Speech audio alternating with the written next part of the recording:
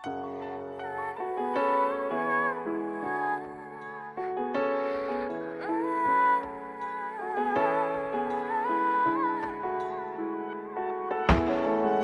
târziu, e dimineață, prea multe grade la dosar, văd totul doar în ceață.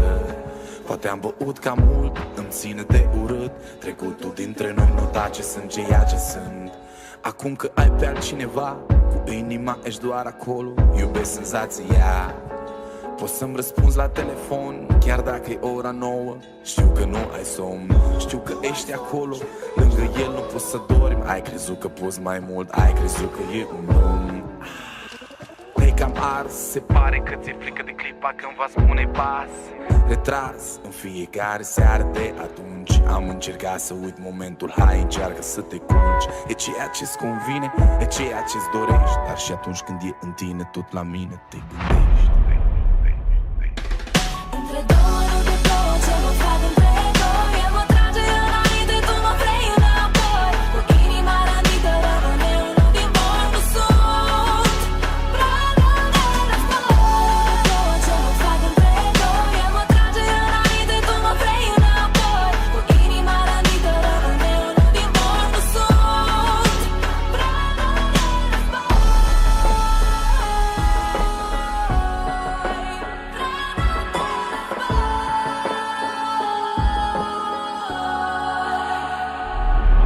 Yeah, ăsta te sună, dar tu nu vrei să-i răspunzi. Ai zis că-i spui de noi, ce dracu te mai ascunzi? Că nu vă rostul, vă roșu când sună ca prostul. Închide telefonul, eu te aștept în patul nostru. Nu mă băga în filmul vostru, chiar nu mă interesează viața ta cu fostul.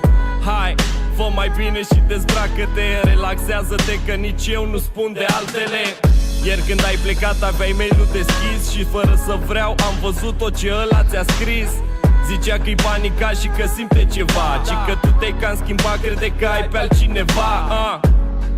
Și ți-am zis că o să se prindă. Ce să-ți fac dacă nu mă ascult și ești împită? Vezi cum o dai prima dată când vorbești cu el. Să nu uiți ce-l minți, să-ți notezi în carnețel.